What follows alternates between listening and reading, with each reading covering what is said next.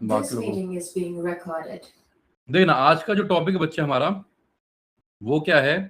आज के टॉपिक में हम करेंगे तुम्हारा क्या, आज के टॉपिक में हम तुमको कराएंगे नॉर्मेलिटी कि सर नॉर्मेलिटी क्या होता है, नॉर्मेलिटी क्या होता है, मोलरिटी क्या होता है, कुछ जानते हो उसके बारे में? नॉर्मेलिटी मोलरिटी बोलो।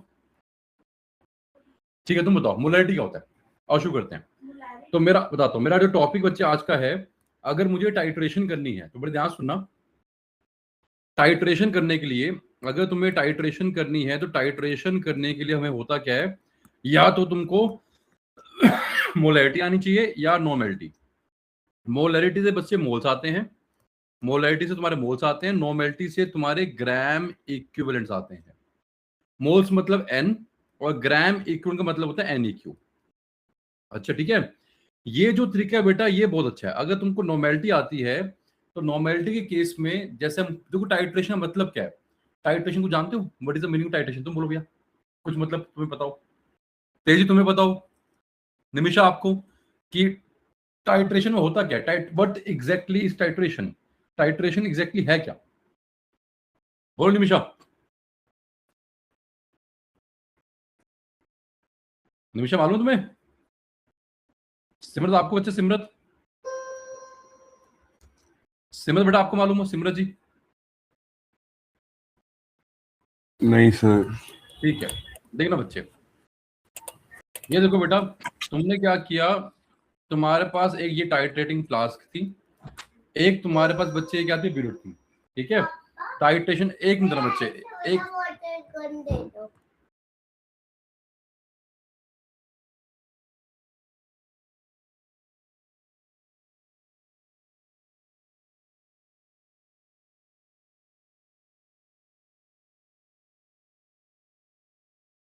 बड़े ध्यान सुनो बच्चे, हमने बोला कि एक तुम्हारे पास क्या होती है, एक तुम्हारे पास ब्यूरेट होती है, एक तुम्हारे पास टाइट्रेटिंग फ्लास्क है, उसको फ्लास्क बना लो बच्चे कि सर मेरे पास एक फ्लास्क थी और एक मेरे पास टाइट्रेटिंग ब्यूरेट थी। ठीक है भैया?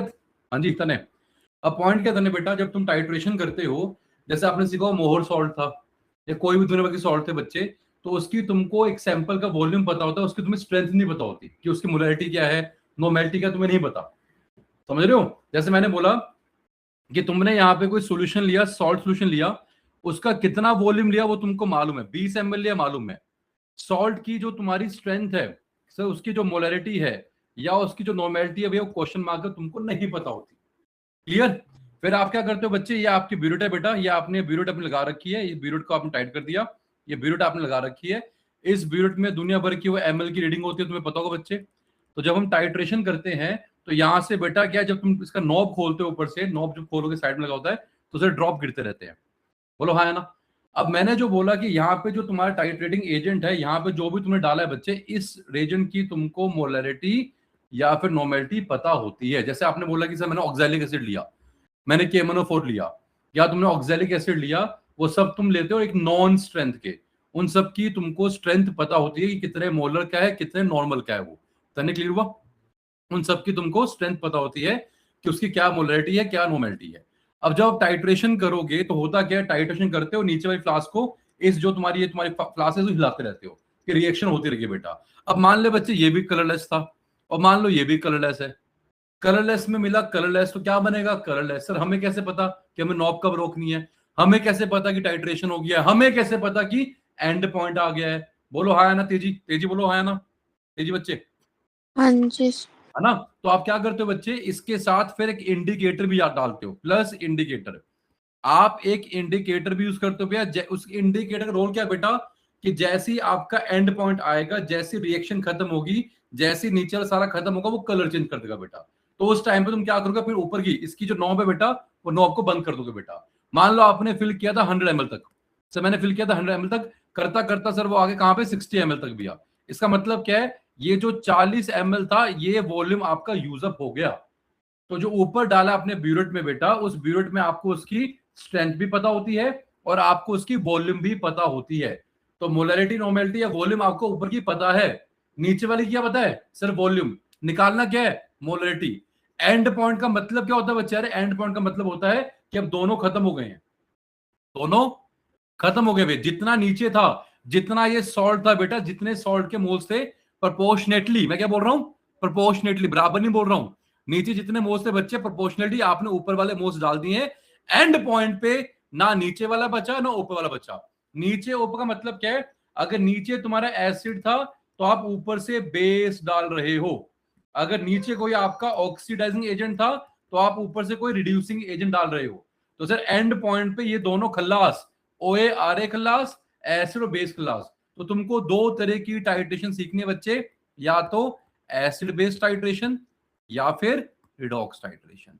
या तो सीखेंगे बेटा क्या, एसिड बेस टाइट्रेशन, या फिर सीखेंगे रिडॉक्स टाइट्रेशन। क्लियर हुआ? जल्दी बोलो बच्चे, कोई डाउट किसी को? अबे निक निक बड़ी जल्दी आ गया बच्चे तू यार। निक सर वो देखा नहीं था। क्या कमाल कर रहा है बच्चे, तुम्हें कॉल भी कर रहे हैं। आगे बढ़ते हैं, ठीक है। अब एक बात बताओ, ये जो रिएक्शन है एसिड टू बेस थी, क्या ये रिएक्शन 1:1 होती है? जल्दी बोलो। और एक के लिए एक के लिए एक होता है, बोलने दो ना उसको। क्यों? इसमें सोचना क्या है, तुम बोलो तो नहीं। क्या रिएक्शन जो होती है एसिड बेस की वो हमेशा 1:1 होती है? तो हाँ बोलो, तो क्या होगी? तो क्या होगी और क्यों होगी? अगर चेंज होगी तो क्या चेंज होगी और कितना होगा, क्या होगा बताओ, एग्जाम्पल देके समझाओ। तो जब पता नहीं तभी टोका क्यों? तो बोलो भाई।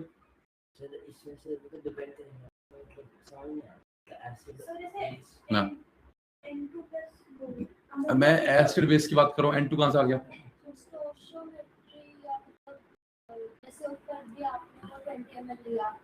नहीं यार, वॉल्यूम से डिपेंड नहीं करता, वॉल्यूम से मोलैरिटी डिपेंड नहीं करता बच्चे। अरे वो डिपेंड करता है कि तुम कौन सा एसिड बेस ले रहे हो। क्यों नहीं बोलते हो यार? कराया तुमको monobasic, dibasic, tribasic, monoprotic, diprotic, triprotic, कराया नहीं कराया बच्चे? अरे HO जब भी डालते हो एसिड में बेस क्या बनता है? 10वीं कक्षा सीखा था, एसिड में हाँ को क्या बनेगा सॉल्ट के साथ? फिर तो HOH होता है बच्चे। अगर एक H एक OH तो एक 1:1 है बेटा। अब मान लो H आपने एक लिया, ले लिया आपने 2 OH, अरे नहीं है CaOH होल ट्वाइस। फिर आपने H3 ले लिए, नहीं है H3PO4, तो किसने बोला 1:1 होगा? तो अगर रिएक्शन तुम्हारा 1:1 नेसेसरी नहीं है, अगर ये 1:1 का नेसेसिटी नहीं था तो हम ये बोलेंगे कि सर एंड पॉइंट पे ये बोलना कि मोल्स बराबर है, बुलशिट। एंड पॉइंट पे होता क्या बच्चे सिमरत, एंड पॉइंट पे आपका सॉल्ट का नीचे जितना भी बेस है ये सारा बेस खत्म और ये सारा एसिड खत्म, दोनों खत्म प्रोपोर्शनेटली। मैंने क्या बोला बच्चे? दोनों खत्म प्रोपोर्शनेटली। अगर मैंने बोला इसके 10 के लिए या इसके 1 के लिए इसका 10 चाहिए बेटा, तो अगर आपने 10 लिए थे तो आपने उसके 100 डाले हैं, समझे बच्चे? तो जाके नीचे वाला 10 खत्म होगा बेटा। तो 10 के लिए 10 नहीं चाहिए, 10 के लिए क्या चाहिए? 100। कैसे पता? इक्वेशन से पता। तो इक्वेशन लिखनी आनी चाहिए। अरे सिमरत क्लियर हुआ? सिमरत जी हाँ जी सर। जैसे मैंने बोला कि मान लो H2SO4 था और ले लिया आपने NaOH, मान लो इसकी तुमको मोलैरिटी निकालनी थी, तो ये था तुम्हारे टाइट्रेटिंग फ्लास्क के अंदर। सर ये था आपका ब्यूरेट के अंदर, जो आपकी ब्यूरेट थी उसके अंदर ये था। आप रिएक्शन करवाओगे, सर यहाँ पे 2 H है तो आपको इसका ट्वाइस करना पड़ेगा। तो क्या बनेगा बच्चे? सर 2 OH और 2 H, पानी बाहर हुआ, बन गया आपका Na2SO4। What you get? You get Na2SO4 plus कितना पानी? 2 पानी। इसके 1 के लिए इसका 2 चाहिए, तो इसका 1 बनेगा और इसका जो मर्जी बने बेटा। पॉइंट क्या है बेटा कि अगर इसका 1 है तो इसका 2 था, है ना? तो ये जब रिएक्शन करोगे, हमने बोला एंड पॉइंट पे तुम्हारे मोल्स बराबर होते हैं। हम क्या कहते हैं बेटा? जब तुम्हारा एंड पॉइंट अचीव होता है, एंड पॉइंट का मतलब क्या है कि आपने जो टाइट्रेटिंग फ्लास्क में बेस लिया था, इस सारे बेस को जब तुमने खत्म किया तो आपके दोनों के दोनों खत्म हो गए बच्चे, मतलब दोनों के मोल्स तुम्हारे जो है प्रोपोर्शनेटली बराबर हो गए हैं। एट एंड पॉइंट एसिड और बेस दोनों खत्म बच्चे, खल्लास। ना बचा एसिड ना बचा बेस, एंड पॉइंट पे तुम्हारा एसिड और बेस दोनों खल्लास हो जाते हैं बच्चे। ना ही तो बचा एसिड और ना ही बचा बेस। इतना क्लियर हुआ? बोलो सिमरत। सिमरत जी, अरे सिमरत बेटा इतना क्लियर हुआ कि एंड पॉइंट पे ना तो बचता है एसिड और ना ही बेस? बोलो सिमरत, आया ना? जल्दी बोलो बच्चे, तुम बोलो बेटा। एंड पॉइंट मतलब क्या है कि सर एंड पॉइंट का मतलब क्या है कि आपकी रिएक्शन खत्म हो गई बच्चे। रिएक्शन खत्म होने का मतलब क्या है कि सर आपने जितना बेस लिया था प्रपोज को खत्म करने के लिए प्रोपोर्शनेटली जितना एसिड चाहिए उतना सॉल्यूशन में आपने डाल दिया। अरे क्लियर हुआ तुम्हें बच्चे? जल्दी बोलो, तेजी तेजी बेटा, तेजी। यस है ना? तो प्रोपोर्शनली जितना कुछ चाहिए था। अब तुम बोलो बच्चे यहाँ पे, है ना? खत्म। इसका मतलब क्या? At end point moles of acid and base are proportionately equal, not equal, are proportionately equal, कि जिस प्रोपोर्शन में आपने बराबर करना था उस प्रोपोर्शन में सर वो बराबर हो जाते हैं। क्लियर? तुम बोलो यहाँ पे एसिड नीचे बेस है भैया, तो बेस के अगर मान लो 20 मोल लिए तुमने, तो बेस के 20 मोल खत्म करने के लिए एसिड के कितने मोल चाहिए? देखो तुम इस केस में बेस लिया ना बच्चे, नीचे 20 है ना वो। अरे एसिड तुम ड्रॉप से निकालते हो ना यार। बहुत बढ़िया, 2 के लिए चाहिए होता है बेटा, तो इसका मतलब है बराबर नहीं चाहिए मेरे भाई। अगर बेस के 20 हैं तो उसके बराबर नहीं हुए बेटा। मोल्स का फॉर्मूला क्या होता है? जल्दी बोलो बच्चे भैया। सर मोल्स का फॉर्मूला होता है एन, मोलैरिटी क्या होती है सर? मोलैरिटी होती है N/V। तो मोल्स क्या बनेंगे सर? MV बनेंगे। बोलो हाँ या ना? तो तुम्हारी इक्वेशन क्या बनती है बच्चे? सर यहाँ पे क्या है, इसके 2 के लिए इसका 1 चाहिए, 1 के लिए आधा, मतलब एसिड के जो मोल्स चाहिए आपको आधे चाहिए।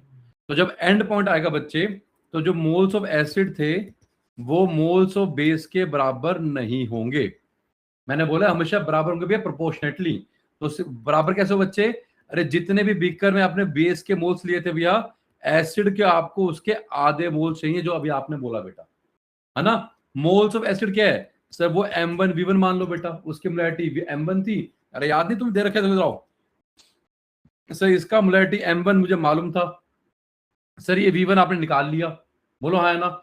इसका सर V2 दे रखा है और ये हमें M2 निकालने का था बेटा। इस इक्वेशन से हम M2 निकाल लेंगे। तो आपने क्या बोला बेटा? M1V1 is equal to M2V2, but यहाँ पे हाफ रहेगा बेटा। अब तुम्हें पता क्या है, ये अगर एसिड था तुम्हारा बच्चे और ये बेस था तुम्हारा, बेस का तुमने कितना वॉल्यूम लिया तुम्हें पता है? बेस का तुम्हें स्ट्रेंथ नहीं पता था। एसिड जो तुमने लिया ब्यूरेट के अंदर, उसकी स्ट्रेंथ क्या थी पता थी, और एंड पॉइंट से V1 निकाल लिया कि सर 100 से स्टार्ट किया, 60 पे कलर चेंज हुआ तो 40 ml उसका यूज हुआ है।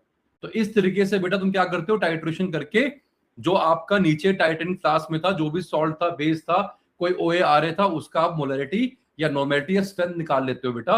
ये सिंपल फंडा था। यहां तक कोई डाउट? सिमरत जल्दी बोलो, निक, निमिषा जल्दी बोलो बच्चे। सिमरत क्लियर ना? गुड। तुम्हें क्लियर बच्चे? तेजी तेजी बच्चे, गुड। तेजी क्लियर? यस सर आओ आगे बढ़ते हैं बेटा। तो अब मैंने बोला कि ये थोड़ा क्या था बच्चे, सुन ध्यान से बच्चे, ये थोड़ा टीडियस था बच्चे। टीडियस मतलब कि अगर तुमको इक्वेशन लिखनी नहीं आती तो बेटा तुम इक्वेशन नहीं बना पाओगे। हर केस में इक्वेशन अलग बनेगी। बोलो हाँ है ना? अरे हर केस में ये जो इक्वेशन थी आपके एंड पॉइंट पे वो अलग बनेगी। तभी मैंने बोला कि हमने क्या सीखा तुम्हारे बच्चे? हमने सीखा law of equivalence. Law of equivalence ये क्या है? अरे इसके लिए तुमको आनी चाहिए नॉर्मेलिटी। जैसे आपने बोला कि सर नॉर्मेलिटी क्या होता है? अबे मोलैरिटी में क्या था? N/V था। बोलो तो नहीं हाँ है ना? नॉर्मेलिटी में क्या होता है? Number of gram equivalent by volume. यहाँ पे मोल्स था, यहाँ पे NEQ होता है। अब से मोल्स का फॉर्मूला क्या था? अरे मोल्स का फॉर्मूला W/M। क्या था? W/M। इसका फॉर्मूला क्या है सर? W अपॉन, बस चेंज ये बच्चे कि सर यहाँ पे इक्विवेलेंट वेट होता है, वो कोई चेंज नहीं बच्चे। क्लियर? अब सर ये इक्विवेलेंट वेट क्या बना है? तो ये भी तुम्हारा सेम ये मॉलिक्यूलर वेट के बराबर था। मॉलिक्यूलर वेट डिवाइड बाय जो तुमको हमें आज टॉपिक करवाना था, जिसका नाम क्या है? N factor. तो अगर आपको N फैक्टर निकालना आता है तो आपको इक्विवेलेंट वेट निकालना आता है, उससे ग्राम इक्विवेलेंट आएगा, उससे नॉर्मेलिटी आएगा। सारी कहानी कहां पे बच्चे? N फैक्टर पे है। अगर आपको ये फॉर्मूले क्लियर, लिख मत बच्चे, लिख मत भैया, रिकॉर्ड भी हो रहा है। अगर आपको मतलब फॉर्मूले देखना, अगर N फैक्टर क्लियर बच्चे, तो उसी से नॉर्मेलिटी आती है, उसी से मोलैरिटी आती है, सब कुछ आता है बच्चे। चेक करो कैसे। देखो अगर तुम्हें फॉर्मूले दिख गए बच्चे, ये अपने आप तुम ट्राई करोगे बेटा। NEQ का फॉर्मूला क्या बनेगा sir? Number of moles into N factor. पहचान पा रहे थे कैसे बनाए? सेम सिमिलरली नॉर्मेलिटी क्या बनेगा? Molarity into N factor. तो अगर आपको N फैक्टर आता है तो आप ये normality, number of gram equivalent सब निकाल लोगे। आसान है भाई, देखना। तुझे इसका फॉर्मूला पता है? अब जैसे इक्विवेलेंट वेट को तुम पुट करोगे, क्या molecular weight upon N factor, N factor ऊपर आएगा तो वेट अपॉन मोलिकुलर वेट क्या बनेगा? Moles, moles into N factor. हो तो हुआ नहीं? क्लियर? इसी था। अब मैंने बोला कि लॉ ऑफ इक्विवेलेंस क्यों पढ़ते हैं बच्चे तने, तो बड़े ध्यान सुनो बच्चे, उसकी इंपॉर्टेंस क्या है बेटा तने। नॉर्मेलिटी का तने फॉर्मूला क्या है? Number of gram equal by volume है। तो यहां से जब तुम नंबर ऑफ ग्राम इक्वल निकालोगे तो क्या बनेगा? नॉर्मेलिटी इनटू वॉल्यूम बनेगा तने। बोलो हाँ है ना? तो अगर तुमको नॉर्मेलिटी पता है तो N1V1 एक के आगे, N2V2 एक के आगे। जब लॉ ऑफ इक्विवेलेंस की बात करते हैं बच्चे तो वहां पे तुम्हें जानवी इक्वेशन की जरूरत नहीं पड़ती। अगर आपको इक्वेशन नहीं पता कोई फर्क नहीं पड़ता बच्चे, क्योंकि जब भी एंड पॉइंट आएगा तो आपके नंबर ऑफ ग्राम इक्विवेलेंट हमेशा बराबर होते हैं। It is irrespective of the stoichiometry, irrespective of the equation. तने क्लियर हुआ? इसलिए हम नॉर्मेलिटी करते हैं, इसलिए हम लॉ ऑफ इक्विवेलेंस करते हैं, क्योंकि वो जो बैलेंसिंग का फैक्टर है, ध्यान सुनो बच्चे, क्योंकि वो जो बैलेंसिंग का फैक्टर है, that balancing factor is taken care by N factor. Balancing factor is taken care by N factor. हुआ क्लियर? कि नॉर्मेलिटी के अंदर क्या आता है? एन फैक्टर आता है बच्चे। तो जो भी वो बैलेंसिंग का फैक्टर है, एक के लिए 2 गुना, 2 के लिए 4 गुना, एक के लिए 3 गुना, जो भी चाहिए बच्चे, that is being taken care by, बोलो भैया, एन फैक्टर। तो मेन कहानी क्या है? एन फैक्टर है। क्लियर? सिमरत जल्दी बोलते, सिमरत, सिमरत जी, सिमरत क्लियर हो बेटा? जल्दी बोल बच्चे, हाँ या ना में? सिमरत एट एंड पॉइंट क्या होगा बच्चे? ठीक है, जल्दी बोलो मेरे भाई। एट एंड पॉइंट क्या होगा? Number of gram equivalent of, अगर एसिड बेस टाइट्रेशन है तो उसको बराबर कर दो number of gram equivalent base. Redox है तो ओए के बराबर कर देना आर ए के। ओए और आर ए के बराबर होंगे बेटा। जल्दी बोलो भैया, एन का फॉर्मूला क्या था? जैसे वो M1V1 था, ये क्या बनेगा? अरे वो M1V1 था, ये क्या बनेगा? फिर वेट कहां से आ गया? तो N1V1 is equal to N2V2। ये आंख बंद करके जब मर्जी बोलो बेटा, इसमें कोई दिक्कत नहीं है। लेकिन M1V1 equal to M2V2 sir ये कंडीशनल है। अगर रिएक्शन 1:1 होगा सर तभी ये रिलेशन ट्रू होगा। बट अगर रिएक्शन तुम्हारा कुछ है, मुझे नहीं पता क्या है, तो बेटा कभी भी M1V1 सॉरी, तो कभी भी M1V1 इक्वल टू M2V2 नहीं बोलेंगे। M1V1 को M2V2 के बराबर नहीं बोलना। वो बराबर बेटा तभी होता है अगर रिएक्शन 1:1 हो। तो मैंने बोला कि अगर तुम्हें रिएक्शन नहीं लिखनी, बिना रिएक्शन किए टाइट्रेशन करनी है, तो इसलिए तुमको बेटा लॉ ऑफ इक्विवेलेंस आना चाहिए, नॉर्मेलिटी आना चाहिए, बात खत्म, या ग्राम इक्विवेलेंट आना चाहिए। और नॉर्मेलिटी हुआ या ग्राम इक्विवेलेंट हुआ तेजी जानवी, उसका एक ही उपाय है, एक ही रास्ता, वो क्या है? N factor. If you know the n factor you know everything. अगर निमिषा निक तुम्हें एन फैक्टर आता है तो तुम सब निकाल लोगे। क्लियर हुआ? बोलो बच्चे क्लियर हुआ? पक्का डाउट है? देख लो, तुम बोलो भाई, जल्दी रिवाइज करते हैं बेटा। निक, निक जल्दी बोलो बच्चे, ग्राम इक्विवेलेंट का फॉर्मूला क्या है? निक बोलो। Sir molecular weight upon N factor. शाबाश, क्या बोला इसने भैया? Molecular weight upon N factor. Number of gram equivalent या बोलो moles into N factor. Normality क्या है? Number of gram equivalent upon volume, है ना? या बोलो मोलैरिटी इनटू एन फैक्टर। बिना एन फैक्टर के नहीं कर पाओगे। अभी एन फैक्टर क्या है, निकालते कैसे हैं, तो पूरा टॉपिक उसके ऊपर चला गया। पक्का क्लियर हुआ कि मैं एन फैक्टर तुम्हें करवा क्यों रहा हूं? कोई डाउट है किसी को? बोलो बच्चे, कोई डाउट नहीं है? पक्का क्लियर? तेजी बोलो हाँ है ना? तेजी तेजी तेजी, हाँ जी सर। गुड। अब कौन पढ़ेगा बच्चे मेरे? तेजी आप ही पढ़ोगे तेजी।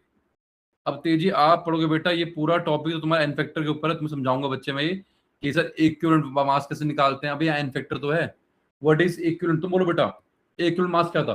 फॉर्मूला बोलो तेजी, जानवी। अरे अभी तो कराया है, कहाँ रहता ध्यान भाई? तुम बोलो।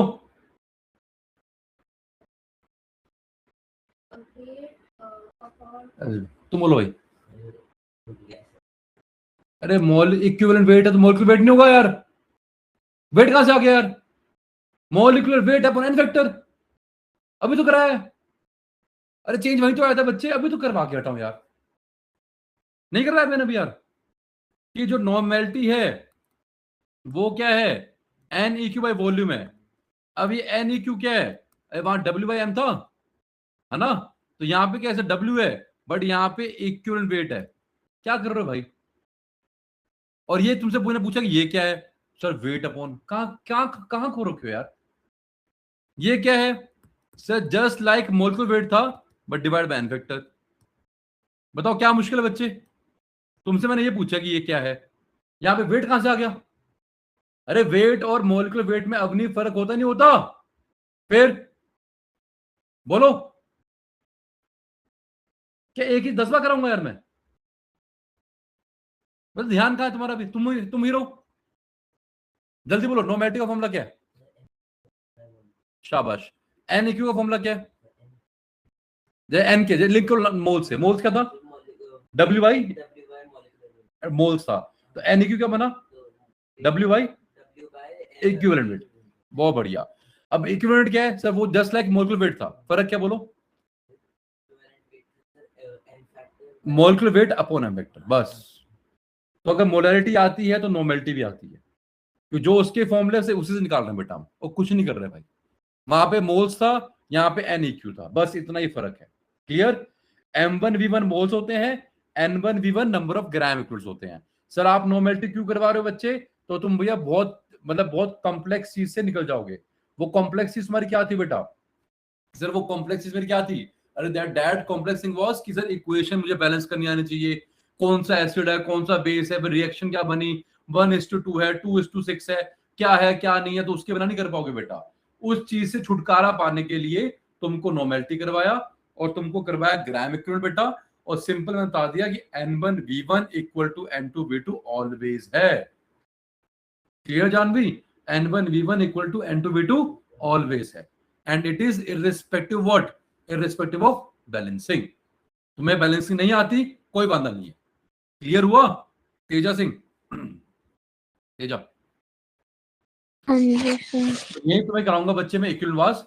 इसी इक्विवेलेंट मास में तुम बहुत सारे एन फैक्टर निकालना सीखोगे बेटा। इससे पहले बच्चे आ गए तुम्हारा टाइट्रेशन, या जिसको तुम बोलते हो वॉल्यूमेट्रिक एनालिसिस। आओ पढ़ते हैं बच्चे। कौन पढ़ेगा बेटा?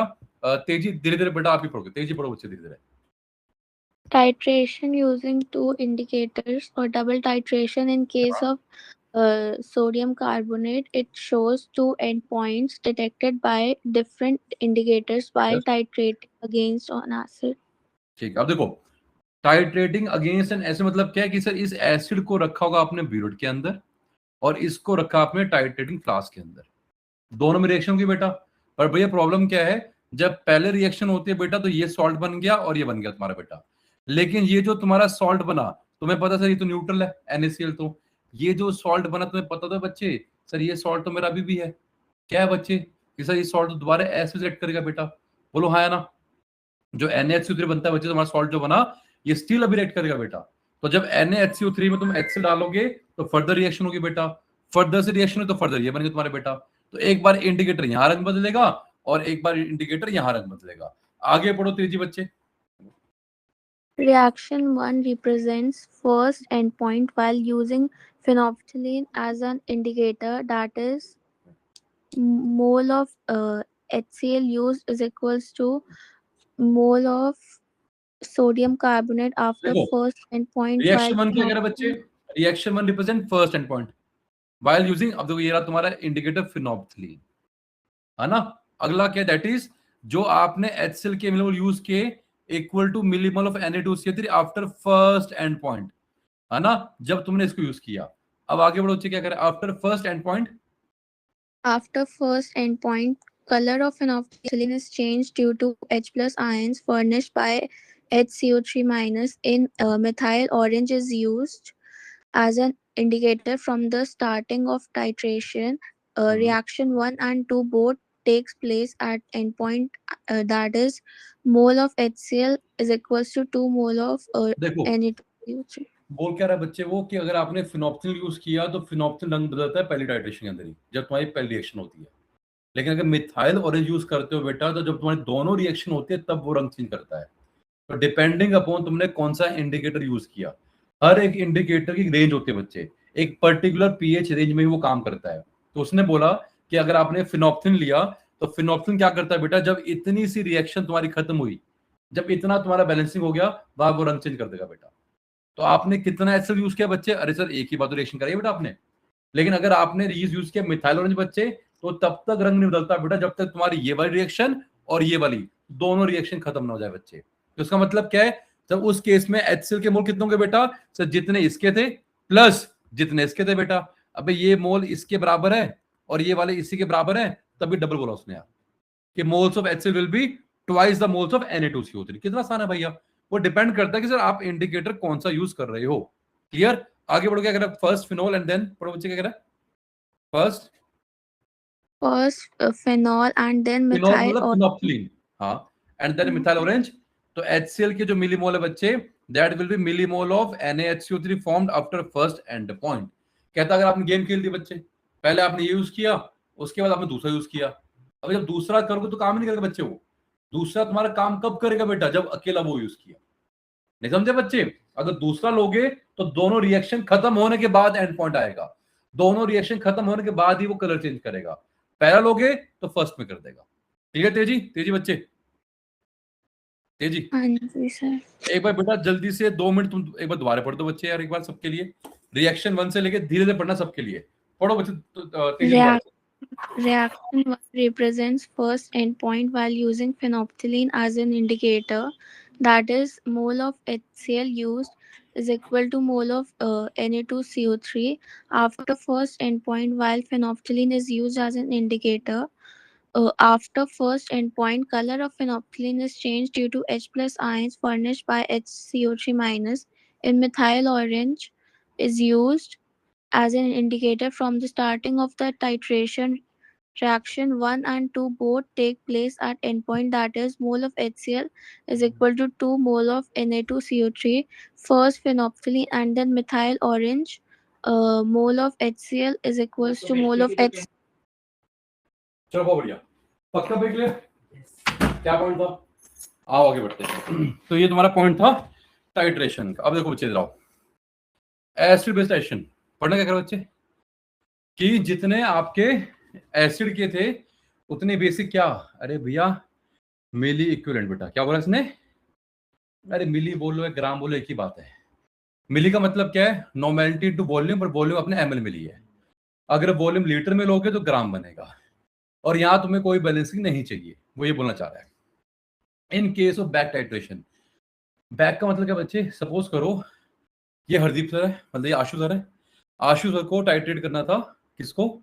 जानवी को। अब मुझे पता है जानवी के 10 मोल थे और मान लो 1:1 है, तो जानवी के 10 मोल को टाइट्रेट करने के लिए आशु सर के भी 10 मोल चाहिए थे। आपने इंटेंशियल डाल दिया 50, क्या डाल दिए? तो भैया कितने मेरे यूज किए? अब मेरे 50 ना यूज हो गए बेटा, चाहिए कितने थे? 10, डाल कितने दिए? 50। अब क्या करूं भाई? तो मैंने बोला आपने क्या किया बच्चे, फिर जो 40 एक्स्ट्रा हैं वो 40 को खत्म करने के लिए आपने टाइट्रेशन क्यों की बेटा? फिर डाला ना तने को। अब तने को डाल के आप क्या कर रहे हो? मेरी टाइट्रेशन कर रहे हो। किसकी? आशु सर की। जो पहले किसको कर रहा टाइट्रेट? जानवी को। अरे बच्चे बात में, अरे पक्का आपने बोला सर मेरे 50 गए हैं, अब मेरे 50 में से जानवी के लिए कितने गए बेटा? तो आपने पहले मैंने डाल के 50 के 50 को जानवी खा गई बेटा, और जो बाकी बचे हैं वो कौन खाएगा? तने खाएगा बेटा। तो जितने भी टोटल मेरे लिए उसमें तने के माइनस कर दो बेटा। जो बचा, अरे मेरे टोटल 50 थे, तने खा गया 40, कितने बचे? 10, तो 10 खाए जानवी ने। वो तो बोल रहा बच्चे यार ये कि भैया millimole of reagent reacted for Janvi कितने होंगे बेटा? तो आपने आशु सर के कितने लिए? उसे बोलते हैं टाइट्रेंट, जो तुम्हारा ब्यूरेट के अंदर है, minus millimole of titrant back titrate भैया कि सर आपने उसके जो एक्स्ट्रा डाल दिए थे उन एक्स्ट्रा को खत्म करने के लिए तने कितना आया था। तने बच्चे पक्का क्लियर हुआ कि भैया 10 खत्म करने थे उसके, मेरे 10 चाहिए थे बच्चे, तो मैंने अपने 50 डाल दिए भैया, तो खत्म 10 हुएंगे बेटा। अब मुझे कैसे पता? क्योंकि मेरे जो बाकी 40 थे उसको तने ने खाया है, तो मुझे ये नहीं पता तुम्हारे कितने खत्म हुए। मुझे क्या पता है कि सर मेरे 50 थे, ये रहे वो 50, उसमें से जब बैक टाइट्रेशन करी तो 40 खा गए तने, कितने बचे भाई? 10। तो जो 10 थे वो गए हैं जानवी के साथ, जिसको हमें टाइट्रेट करना था। तो बैक टाइट्रेशन मतलब क्या है कि इंटेंशनली आपने ज्यादा डाल दिए, तो जो ज्यादा डाल दिए फिर आप उसको दोबारा से करते हो बैक टाइट्रेट। इतना क्लियर हुआ? कोई डाउट किसी को? बोलो निक बच्चे। नहीं सर। अगले आगे बढ़ो बच्चे। निक पढ़ो क्या कह रहा है निक? एसिड बेस्ड इंडिकेटर पढ़ना बच्चे, कह रहा है 10 substance The substances used to detect the completion of an acid and base reaction are हाँ usually organic substances which have basically different weak होते colors. हैं, वीक ऑर्गेनिक एसिड बेस होते हैं बच्चे, विच हैव डिफरेंट कलर इन दोनों medium के अंदर, कि जैसे आपका मीडियम चेंज होता है बच्चे, उसका इंडिकेटर का रंग चेंज हो जाता है बच्चे। आगे बढ़ो भैया, choice of a suitable indicator. Choice of a suitable indicator depends upon the pH of solution at endpoint, शाबाश, which kitchen in done, turn depends upon the nature of acid and base. बहुत बढ़िया। देखो इधर आओ, कहता है methyl orange की जो पीएच रेंज होती है बच्चे, वो 3.1 से 4.4 होती है। इसका मतलब क्या है? इसका मतलब ये है कि भैया रेड कलर आपका आ जाएगा जैसे ही पीएच तुम्हारी 3.1 से कम होगी, और येलो कलर आएगा बेटा जैसे ही 4.4 से ज्यादा होगी। तो मिथाइल ऑरेंज बेसिकली इस रेंज के अंदर रहता है। अगर ये रेंज है बेटा तो वो मिथाइल ऑरेंज है बच्चे। जैसी आपकी रेंज इससे कम या इससे ज्यादा होगी बेटा, अरे मान लो नीचे तुम्हारा एसिड है और मान लो उस एसिड तुम्हारी क्या थी भैया, पीएच मान लो कुछ थी या 2 थी जो भी थी बच्चे, तो जैसे बेस डालना शुरू करोगे बेटा तो धीरे धीरे एसिड खत्म होगा बेटा और एकदम से पीएच 7 आएगी बेटा। जैसे 7 आएगी 4.4 से एक्सीड करेगा बेटा, रंग आपका चेंज होगा बेटा, क्लियर ना। सिमिलरली अगर फिनोप्थिल लेते हो बेटा तो उसका ये क्या है, उसका असर ये रेंज ये है, समझ रहे हो बेटा, उसकी रेंज क्या है 8.3 से 10। तो उसने बता दिया कि सर कलरलेस एसिडिक मीडियम में कलर क्या रहेगा बच्चे, उसका कलरलेस, कोई कलर नहीं आएगा बेटा। और बेसिक में क्या होगा बच्चे, पिंक होगा बेटा। तो इस रेंज के बेसिस पे बहुत बार क्वेश्चन तुम्हारे पेपर में आते हैं कि क्या इस टाइट्रेशन के लिए ये इंडिकेटर सुटेबल है, क्या यूजफुल है। तो अगर इंडिकेटर की तुम्हें रेंज बताओगे बच्चे तो ही तुम बता पाओगे सुटेबल है या नहीं है। तो ये तुम्हें थोड़ा लर्न करना पड़ेगा बेटा कि हर एक की रेंज क्या होती है, उस रेंज से पहले और उस रेंज के बाद में तने कलर क्या होता है। कोई डाउट? आगे बढ़ते हैं। अगला क्या है, कुछ ऐसे भी भैया जो कि तुम्हारे सेल्फ इंडिकेटर होते हैं बच्चे, जैसे कि ऑक्सैलिक और केमनोफोर में जो तुम्हारा केमनोफोर है वो सेल्फ इंडिकेटर एक्ट करता है। रीजन क्या बच्चे, जब तुम्हारा केमनो पड़ा हुआ है, मान लो तुम्हारा अभी केमनोफोर सोल्यूशन में था, पी से पोटाशियम परमैंगनेट, पी से पर्पल, अगर सोल्यूशन में केमनोफोर पड़ा है बच्चे तो रंग क्या है, पर्पल है। और जैसे ही केमनोफोर खत्म हुआ तो रंग क्या हुआ बच्चे, कलरलेस, कि पर्पल कलर डीकलराइजेस। क्यों हुआ बच्चे, जैसे मैंने बोला अभी आप आशु सर और जानवी रिएक्शन कर रहे थे बेटा, मैं भी ट्रांसपेरेंट वो बहन भी ट्रांसपेरेंट, अभी कैसे करोगे बेटा, इंडिकेटर काम नहीं कर पाएगा बच्चे। हाँ, अगर जब तक आप इंडिकेटर नहीं डालोगे बेटा आप इस रिएक्शन के एंड पॉइंट नहीं निकाल पाओगे। अब सपोज करो अवनी और जानवी में मैं रिएक्शन करवाई बेटा, अवनी मान लो केमनोफोर है, उसका रंग है भाई पर्पल, और जानवी कलरलेस थी बेटा। अब जब एंड पॉइंट आएगा तो पर्पल कलर को खत्म कर देगी बेटा, तो इसे बोलते हैं सेल्फ इंडिकेटर। कि सर बहुत सारे रिएक्शन में आपको इंडिकेटर नहीं चाहिए होता बेटा, किन में नहीं चाहिए होगा बेटा, जिनमें खुद का कलर है, और जब वो खत्म होगा तो उसका कलर डिसअपीयर हो जाएगा बच्चे, कलरलेस बन जाएगा बेटा, या किसी और में चेंज हो जाएगा बेटा। तो इस रिएक्शन के लिए ये जो तुम्हारी ऑक्सैलिक और केमनोफोर की रिएक्शन थी, ये जो रिडॉक्स टाइट्रेशन थी बच्चे, मैक्सिमम रिडॉक्स टाइट्रेशन में तुम्हें इंडिकेटर्स नहीं चाहिए होते बेटा। कहां चाहिए होते हैं बच्चे, एसिड बेस के अंदर, बिकॉज एसिड क्या है, ट्रांसपेरेंट, बेस क्या है, ट्रांसपेरेंट, तो तुमको उस तरीके से चाहिए होगा indicator. That depend upon Janvi कि तुमने नीचे क्या लिया है, नीचे बेस लिया या नीचे एसिड लिया, उसी बेसिस पे तुम यूज क्या करोगे बेटा, या तो मिथाइल ऑरेंज या फिर फिनोप्थिलीन। अरे क्लियर हुआ, बोलो सिमरत, सिमरत जी बेटा जल्दी बोला कि इतना टाइम खराब नहीं करना सिमरत यार। क्या कर रहा है बच्चे, क्लास में है या नहीं है, मतलब लैपटॉप ऑन करके भग गए हो, हमें क्या पता बच्चे। सिमरत यार अगर तुरंत जवाब दोगे तो तुम क्लास में हो, अगर तुरंत जवाब नहीं दे रहे हो बेटा then you are not present in class. बाकी सब फालतू की बातें हैं, नेट नहीं चल रहा, माइक नहीं हो रहा, सब बुलशिट बातें बच्चे सिमरत यार। नहीं पढ़ना बता दे बच्चे यार, मैं क्यों लगा रहा हूं ताकत अपनी यार, नहीं लूंगा तेरा नाम क्लास के अंदर बच्चे यार। मैं बोलो जानवी, क्लियर हुआ जानवी, तेजी आपको? Yes, sir. ये देख सिमरत, तेजी की तो आवाज एकदम आ रही है। निक तुम बोलो, निक Yes, sir. पढ़ो बच्चे ने क्या करा यार। ये indicators, Indicators must possess following two essential characteristics. ये दो होने चाहिए बच्चे। क्या? Color हाँ पढ़ो, colour color change. change of the indicator must be clear and sharp. It हाँ, must be sensitive at equivalence point. That is it must be sensitive at, जैसे ही तुम्हारा ये पॉइंट अचीव होता है बच्चे तो उसको कलर एकदम से चेंज करना चाहिए। तो ये उसकी ये कैरेक्टरिस्टिक है भैया। अगला पढ़ो भैया, the pH range. The pH range over which the color changes take place must be such as to indicate when the reaction is complete. Complete, बहुत बढ़िया। अब जनरल प्रिंसिपल तुम्हारा बच्चे क्या है कि एक आपका टाइट्रेट ए था, एक आपका टाइट्रेंट था, और याद नहीं ब्यूरेट टाइट्रेंट जिसको तुम यूज करते हो टाइट्रेशन के लिए बेटा, ये तुम्हारा भैया ब्यूरेट में होगा, ये इसकी तुम्हें निकालनी होती है बेटा। डाला आपने इंडिकेटर, इंडिकेटर क्या करता है बच्चे, तुम्हें बताएगा एंड पॉइंट। एंड पॉइंट पे क्या होता है बच्चे, दोनों के ग्राम इक्विवेलेंट बराबर होते हैं, not the moles. Equivalent of a is equals to equivalent of b, और n1 v1 is equals to n2 v2। ये है तुम्हारा बच्चे क्या, लॉ ऑफ केमिकल इक्विवेलेंस। आपको नंबर ऑफ ग्राम इक्विवेलेंट्स को इक्वेट करना है, ना कि मोल्स को। कि मोल्स में चलोगे बच्चे तने, तो वहां पे फिर आपको बैलेंसिंग देखनी पड़ती है। टाइट्रेशन अब तो करते हैं इसको भी कंक्लूड। पढ़ना तने क्या करे तने कि टाइट्रेशन क्या है बच्चे, या तो सिंगल टाइट्रेशन थी या बैक टाइट्रेशन थी। वो तुमको मैंने कहा था बच्चे, सिंगल क्या है बैक क्या है। बैक में मतलब मैंने जार डाल दिया, फिर तुमको वो एको लाइन देगा कि भैया आपने ये डाला, फिर जो एक्स्ट्रा डाला उसको खत्म करने के लिए आपने ये किया। या फिर देखो टाइट्रेशन के दो बेसिस है बच्चे कि कितने उसके स्टेप्स थे, तो उस पे या तो सिंगल टाइट्रेशन या डबल टाइट्रेशन। डबल टाइट्रेशन को ही तुम बोल देते हो बैक टाइट्रेशन। और दूसरा क्या, बेसिस ऑफ रिएक्शन इन्वॉल्व, या तो एसिड बेस है बच्चे, या रिडॉक्स है, प्रेसिपिटेशन, या फिर कॉम्प्लेक्सोमेट्रिक तुम्हें नहीं करनी।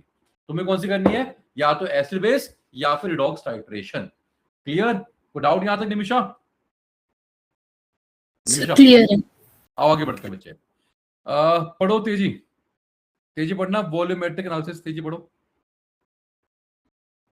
Titrate the substance whose concentration is to be determined. बहुत बढ़िया, and मतलब क्या है, हाँ मतलब क्या है, टाइटर या titrate, the substance whose concentration is to be determined. जो नीचे तुम रखते हो भैया टाइट्रेशन, मतलब नीचे तो रखते हो टाइट्रेशन फ्लास्क के अंदर, बिकॉज बीरोड की तुम्हें पता होती है बच्चे। ठीक है, पढ़ो आगे बेटा। एंड पॉइंट का मतलब क्या है? Endpoint are equivalence point at which equivalence of titer or titrate हाँ, is equals to weld of titrant. Titrant कौन है भैया, Yeah. जो तुम्हारा ब्यूरेट में था, है ना। टाइट्रेट नहीं होता भैया ब्यूरेट में भैया। टाइटर या टाइट्रेट क्या है, तुम्हारा जो सोल्यूशन था बच्चे, जिसको तुम्हें निकालनी है, जो तुम्हारे फ्लास्क में है। और टाइट्रेंट क्या बच्चे, जो तुम्हारा ब्यूरेट में था। कि जब दोनों के तुम्हारे एंड पॉइंट मतलब क्या है, जब दोनों के ग्राम इक्विवेलेंट बराबर हो गए। अगला पढ़ो बच्चे, indicator. Indicator the substance used to make the endpoint detectable. Detectable, बहुत They बढ़िया। may be of three types. पहला पढ़ो एक्सटर्नल, पढ़ना। External indicators, they can't be added inside the solution during titration. Example in titration of Fe2 plus versus K2 versus CR2 K2 Cr2O7 ये जो K4 complex बना बच्चे, act as an external indicator, as Fe+2 ions जो होते हैं वो blue colour देते हैं भैया, और जो Fe+ से वो नहीं देते हैं बेटा। तो बताइए एक एग्जांपल दे रहा है एक्सटर्नल क्या होता है। इंटरनल का मतलब क्या है, जो कि ऐड कर सकते हो बच्चे। ऐड नहीं कर सकते इसका मतलब क्या है कि जो ड्यूरिंग द रिएक्शन अपना बना। जो एक्सटर्नल इंडिकेटर था बच्चे, आपने बोला आप ऐड नहीं कर सकते बच्चे, तो ड्यूरिंग द रिएक्शन अपना बना होगा। इंटरनल में क्या है, they may be added and they cause a visible change बच्चे। जैसे कि इस केस में आपने क्या डाला बेटा, एन फिनाइल, ये वाला कंपाउंड डाला भैया, तो ये तुम्हारा एक तरह का इंटरनल इंडिकेटर है बच्चे। और सेल्फ तुमको मैंने बताया था बच्चे कि जो आपका एक वन ऑफ द जो भी आपका टाइटर या टाइट्रेंट है, जो आपका फ्लास्क में था या जो आप बीरोड से डाल रहे हो बेटा, वो खुद में ही तुम्हारा इंडिकेटर एक्ट कर रहा था। याद होगा ऑक्सैलिक वर्सेस KMnO4, उसमें KMnO4 खुद में एज अ इंडिकेटर भी एक्ट कर रहा था। क्लियर? तो यहां तक था बच्चे टाइट्रेशन का बेसिक, जो तुम्हारे एग्जाम में अगर न्यूमेरिकल आते हैं बेटा, तो इसी कॉन्सेप्ट पे आता है वो। या तो एसिड बेस टाइट्रेशन आएगा, या रिडॉक्स टाइट्रेशन आएगा, या वन स्टेप वाला आएगा, या डबल टाइट्रेशन आएगा। डबल मतलब बैक टाइट्रेशन, और कुछ नहीं आएगा बच्चे। बट उसके लिए सर आपने बोला एंड पॉइंट का मतलब क्या, कि सर आपको कुछ नहीं करना बच्चे, आपको जस्ट उनके मोल्स को इक्वेट करना है बेटा। तो अगर आपको उनके मोल्स को इक्वेट करना है, मोल्स नहीं बच्चे सॉरी, ग्राम इक्विवेलेंट को बेटा, तो अगर आपको ग्राम इक्विवेलेंट को इक्वेट करना है बच्चे, तो उसके लिए ग्राम इक्विवेलेंट निकालने आने चाहिए बच्चे। सर वो क्या होता है भैया, moles into N factor. Sir मुझे मोल्स तो निकालने आते हैं, तो अगर एन फैक्टर निकालना नहीं आता तो नहीं कर पाओगे। तो एन फैक्टर निकालने के तरीके क्या बच्चे, या तो एन फैक्टर तुम्हें डायरेक्टली बता दूं बेटा, या फिर तुमको मैं सिखा दूं इक्विवेलेंट मास निकालना। What is equivalent weight, molecular weight divide by N factor. जैसे मैंने बोला तने कि ऑक्सीजन का जो एन इक्विवेलेंट वेट है वो 8 है। मैंने क्या बोला बेटा, ऑक्सीजन का इक्विवेलेंट वेट 8 है। तो व्हाट इज इक्विवेलेंट वेट, तो इक्विवेलेंट कितना है 8 और मोलिकुलर कितना होता है 32 O2 का डिवाइड बाय n फैक्टर, तो n फैक्टर कितना बना? बहुत बहुत बहुत बढ़िया बच्चे। तो अगर तुम्हें किसी का इक्विवेलेंट वेट पता है तो वहां से n फैक्टर आएगा, या तो तुम्हें डायरेक्टली n फैक्टर बताओ, क्योंकि बच्चे जो एलिमेंट्स होते हैं, जैसे मान लो कि ऑक्सीजन एलिमेंट है, तो एलिमेंट्स का तुमको हम सिखाएंगे इक्विवेलेंट वेट, वहां n फैक्टर नहीं कराएंगे। जैसे मान लो सल्फ्यूरिक एसिड है, तुम बोलो बच्चे सल्फ्यूरिक एसिड का तुम्हारे हिसाब से n फैक्टर कितना होना चाहिए अपनी? सिंपली अगर मैंने पूछा कि सल्फ्यूरिक का n फैक्टर क्या होगा बताओ, किसी एसिड का n फैक्टर पूछ रहा हूं, कुछ आइडिया? कोई आइडिया नहीं तुम्हें? तुम बोलो भैया। अच्छा एसिड क्या करता है? एसिड क्या करता है? What is an acid?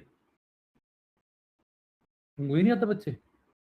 अगर 9वीं कक्षा के बच्चे से पूछूं वो बता देगा एसिड क्या होता है। तुम बोलो भाई, कहां खो रखी हो? तुमने पूरा कर लिया बच्चे मुझसे इक्विलिब्रियम, पीएच निकाल ली, वीक एसिड स्ट्रॉन्ग एसिड, कहां खो रखी हो? जीओसी तुमने मुझसे पूरा कर लिया यार, तुमको ये नहीं पता एसिड कौन होता है? अरे एसिड बेसिक तुमने 3 कॉन्सेप्ट सीखे मुझसे, फिर भी नहीं बोल पा रही हो। आर्हेनियस, ल्यूइस वाला, कॉन्जुगेट वाला, बच्चे क्या कर रही हो? ब्रॉन्सन लोरी नहीं सीखे भाई, हद होगी यार, तोता बनी हुई हो। बेस क्या होता है? ऊंचा बोल थोड़ा यार, शाबाश, है ना। अच्छा H2SO4 कितने देगा H+? अगर H2SO4 है तो H2SO4 कितने H+ देगा? अगर तुम्हारे पास सल्फ्यूरिक एसिड है तो ये H2SO4 कितने H+ देगा भाई? 2 देगा, तो ये n फैक्टर है। ये क्या है? थोड़ा ऊंचा बोलो यार, मैं ऐसे बोलूं 2 देगा, 2 देगा, मैं ऐसे बढ़ाऊं, मैं ऐसे बढ़ाऊं, नहीं मैं भी कर सकता हूं ना, 2 देगा H2SO4 बेटा, H2SO4 2 देगा, n फैक्टर क्या होगा? 2 होगा, तो इससे क्या होगा? सब लोग सो जाएंगे। तुम्हारे से क्या आ रहा है? स्लीपिंग वाइब्स आ रही है मेरे को। क्या कर रहे हैं बच्चे, कहाँ है एनर्जी यार? अरे ज्यादा से ज्यादा गलती तो होगा ना यार, और क्या होगा? बोलो भाई कितना है H2SO4 का? तो ये देगा भैया 2 H+। तो जितने H+ देता है बच्चे, उससे तुम क्या बोलते हो भैया? उसकी प्रोटिसिटी। अरे बोलते हैं डाइप्रोटी के बच्चे, उसी को तुम बोलते हो बच्चे क्या? उसकी बेसिसिटी। एसिड की होती है बेसिसिटी, बेस की क्या होती है? एसिडिटी। तो एन फैक्टर क्या होता है बच्चे? अरे एक एसिड के लिए एन फैक्टर क्या होता है भैया? N factor is equal to basically उस एसिड की कितनी बेसिसिटी है। तो अगर उसकी बेसिसिटी 2 है तो एन फैक्टर क्या होगा? 2 होगा। तो सल्फ्यूरिक एसिड का एन फैक्टर भैया कितना होता है? बिकॉज उसकी बेसिसिटी 2 है, तो एन फैक्टर बेटा कितना होता है? 2 होता है। समझे बच्चे? तो अगर आपने कभी निकालना है बेटा कि बताओ sir what is the equivalent weight of H2SO4 का इक्विवेलेंट वेट क्या होगा बच्चे? अरे उसका कितना था मोलिकुलर वेट? 98 होता है बच्चे, डिवाइड बाय 2 होगा, बिकॉज 2 उसका क्या है? एन फैक्टर है। कितना आसान था, क्लियर है? बोलो तेजी, तेजी बच्चे। Yes, sir. ऐसी बेस है बच्चे, बेस में क्या बोलते हैं? तने सुनो बेटा, बेस में क्या बोलोगे बच्चे? कितने OH देगा? NOH, एन फैक्टर क्या 1, CaOH होल ट्वाइस क्या? एन फैक्टर 2, आया ना? तुम बोलो बच्चे MgOH होल ट्वाइस क्या? N factor OH whole twice, n factor क्या होगा? बुलशिट, टूटता ही नहीं है वो।